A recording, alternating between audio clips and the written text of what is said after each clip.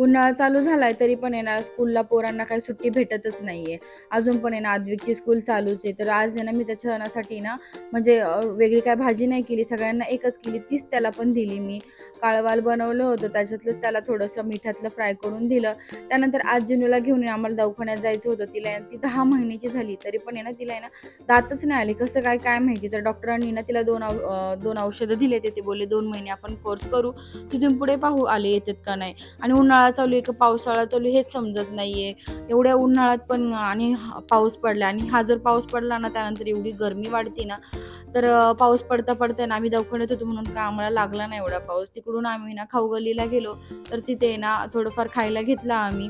आवीने स्वतःसाठी पाणीपुरी दाबिली, त्यानंतर लोणी स्पंज डोसा, पेपर डोसा आणि हे मोमोज हे सगळं खायला घेतलं होतं. तर खाता आहे ना गप्पा पण मारत बसलो होतो दोघं जणी आणि खूप टाईम झाला होता आम्हाला यायला. घरी यायला अक्षरशः ना अंधार पडला होता. घरी आल्याच्या नंतर याची असं रडगाणं चालू होतं. तर ते कशासाठी तर त्याला आम्ही काही खेळणं घेतलं नाही. तिकडे गेलोय दवाखान्यात आणि त्याला काय पाहिजे तर खेळणी पाहिजे. तर त्याला मी बोलत होती तू इथंच थांब, तर नाही थांबला. तर त्यानंतर आहे ना सलमाईक पाहण्यासाठी आम्हाला जायचं होतं, तर तेच पाहिलं सगळं दुसऱ्या दिवशी जाऊन. असं होतं माझा आजचा दिवस.